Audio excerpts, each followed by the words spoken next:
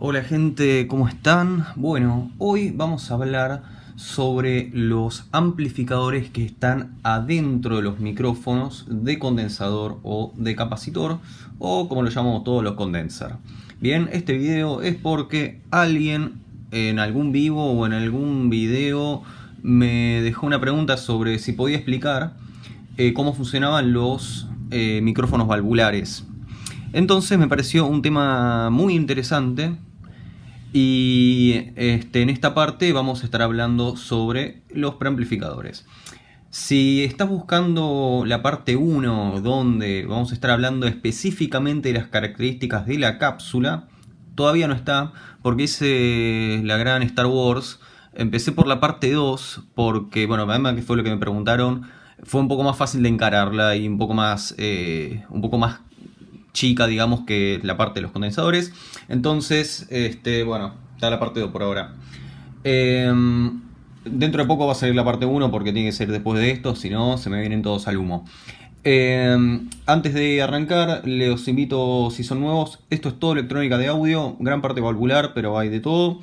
Se pueden suscribir acá, me pueden dejar mensajes ya sea en el Telegram o en el mail, y también si quieren hacer un aporte al canal para que esto siga totalmente desinteresado, les voy a dejar unos links para hacer unos aportes en pesos si estás en Argentina, o con mi mail, o pueden hacerlo vía PayPal en dólares o Patreon, bien, por si quieren todos los meses dejarme un regalito. Bueno, arranquemos. A ver, vamos a primero desmistificar algunas cuestiones. Vamos a hablar de valvulares y de estado sólido o FET. Tengamos en claro algunas cuestiones, que es que lo que hoy en día en audio, ya sea audio hi-fi o audio profesional para grabación, o audio de amplificadores de guitarra, que decimos, esto suena mejor o esto suena peor, en una época era lo único que había y era lo que se tenía que hacer técnicamente para poder trabajar con señales. A ver, si yo tenía en un equipo de hi-fi que reproducir con una distorsión menor para que se pueda escuchar un violín de una orquesta, tenía que hacer eso, no era que se escuchaba mejor o peor. Después viene todo el que se escucha mejor o peor cuando eso ya está asentado, ¿bien? Nos acostumbramos rápido al progreso. Cuando hablamos de micrófono de condensador, el problema que tenemos es que la membrana, la cápsula, el, el transductor tiene una impedancia de salida altísima. Bueno, no infinita, pero es bastante alta. Ahora más adelante vamos a hablar de eso. Entonces necesitamos algún tipo de preamplificador. Bien, cuando hablamos de preamplificador, si bien lo asociamos a un amplificador, estamos hablando de un sistema que adapte impedancias. Necesitamos pasar de impedancia alta a impedancia baja. Típicamente en un micrófono puede ser desde 50 hasta 600 ohms. Bien. Entonces vamos a ver cómo carajo hacen esto. Una forma, la primera, era hacerlo con válvulas. Y la segunda, más adelante, lo empezaron a hacer con FETs. ¿Por qué? Porque los FETs tienen como característica una alta impedancia de entrada.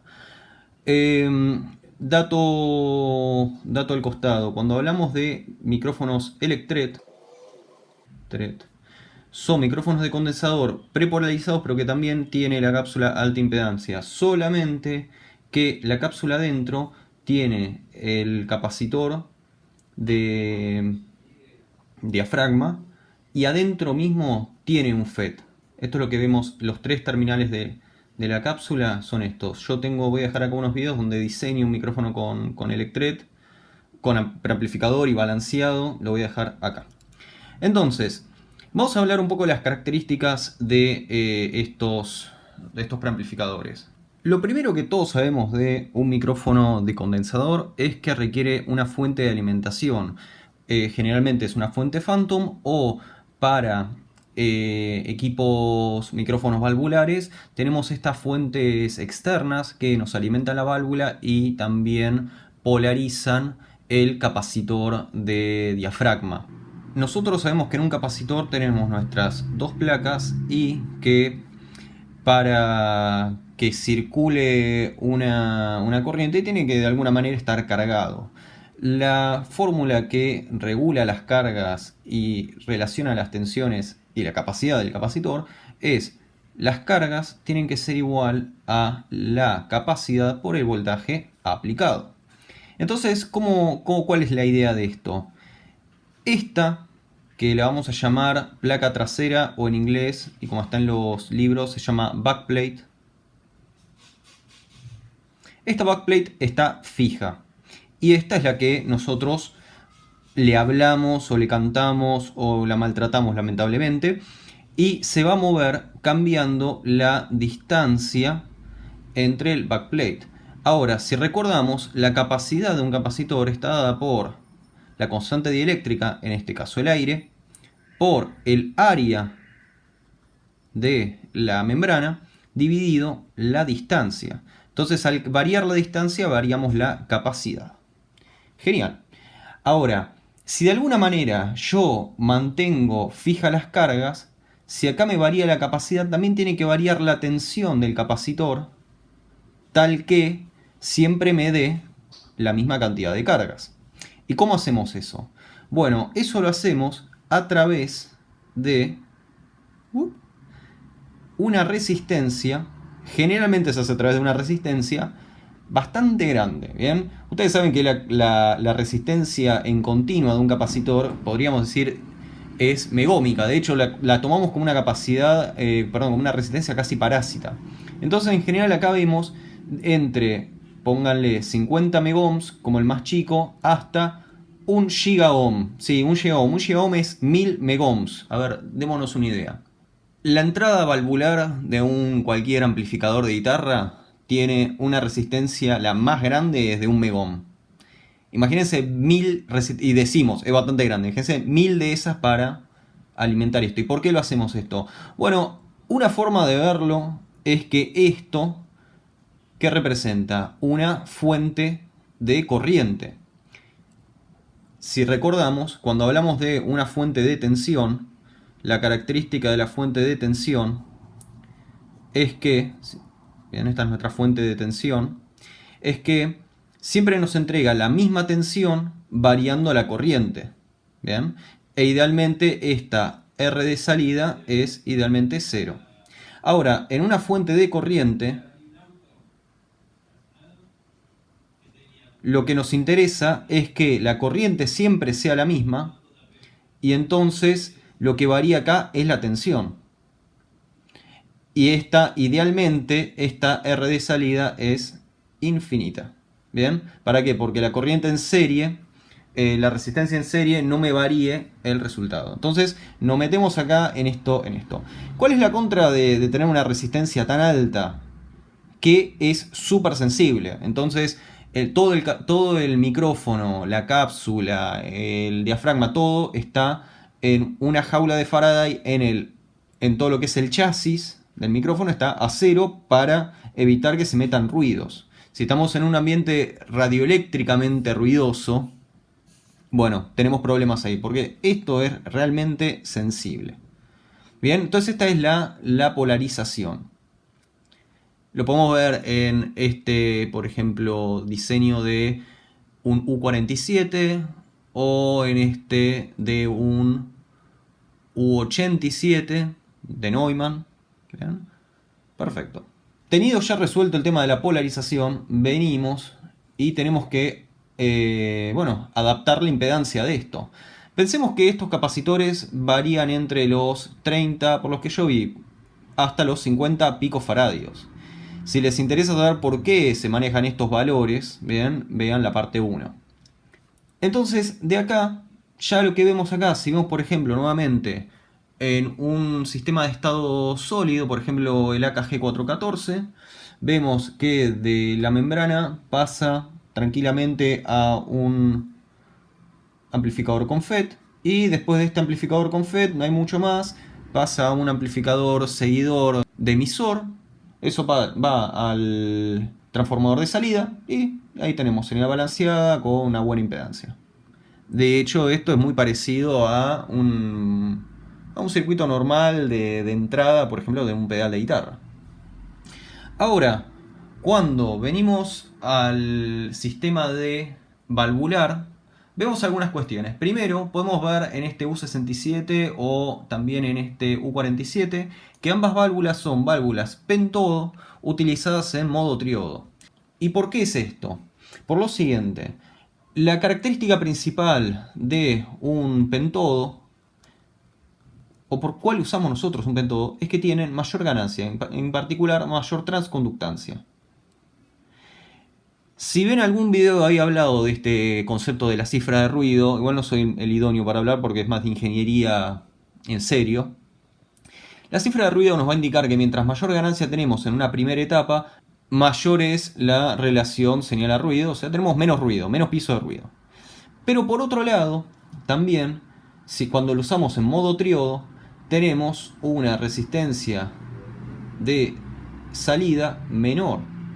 Y eso nos va a beneficiar porque en general los sistemas valvulares los vamos a adaptar con transformadores. Y por lo que vimos, los transformadores, una de las cuestiones más difíciles de lograr es una buena respuesta en graves. Y eso es lo que más queremos en uno de estos micrófonos.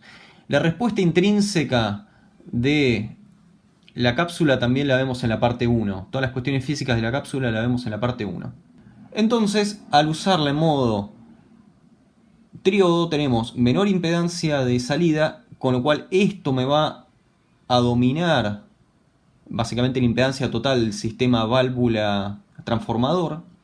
Yo no tengo que tener excesivas reactancias e inductivas para lograr tantos graves como lo que tendría que tener cuando tengo un pentodo en modo pentodo. Por ejemplo, en un ampli de guitarra. Vemos que los amplis de guitarra, para llegar a frecuencias bajas, es ahí donde el transformador empieza a ser más grande. Pero pensemos que esto es un micrófono, está todo dentro de un tubo, bien, tiene que ser bastante chiquitito. De esa manera, con ese compromiso, logramos eso. Hay una historia, que esto voy a hablar en un... no va a ser una parte 3, pero va a ser un extra, que voy a hablar de una válvula que usaban los U47, que es la BF14. Hay mucho mito en esta válvula. Estas eran las válvulas que usaban los U47 y U48. Algunos dicen que vienen de la Segunda Guerra Mundial. Hay otras que Georg Neumann tuvo que hacer algunos compromisos. ¿Cuál es toda la historia de...? Y estas válvulas, aparte, si ya no se fabrican más y hay un montón de cuestiones, pero cuando se hacen modificaciones a los U47 de esa época, pero que no puedes usar más esta válvula, tenés que tener en cuenta una alta transconductancia y una baja impedancia de salida. Bien, así que quédense atentos, suscríbanse al canal para cuando salga la parte extra, el Mandalorian de los micrófonos de condensador. Creo que no me estoy olvidando nada. Hay unas cuestiones más sobre cómo es que este selector, por ejemplo, en las cápsulas, me logra cambiar el patrón polar. De eso también vamos a hablar la vez que viene. Cómo es que logramos tener atenuación solamente, por ejemplo, metiendo un capacitor en paralelo. Bien, eso se puede ver, si bien lo vamos a ver en detalle la vez que viene, se puede ver que poniendo esto en paralelo estoy cambiando la capacidad total del sistema. Y tengamos en cuenta que, por ejemplo, para aproximadamente 30 picofaradios en 20 kHz, este capacitor tiene unos 200K de impedancia. Entonces, si yo le agrego capacidad o le saco capacidad, este valor varía muchísimo, variándome también la transferencia acá. Obviamente esto es un tema bastante particular. Si hay alguien que la tiene más clara que yo, obviamente me lo deja en los comentarios. Y bueno, si es que me estoy equivocando en algo de esto, ¿por qué? Porque muchos de estos sistemas, de estos circuitos, son muy específicos y hay cosas que quizás no quedan del todo claros. Pero creo que la base está bastante bien.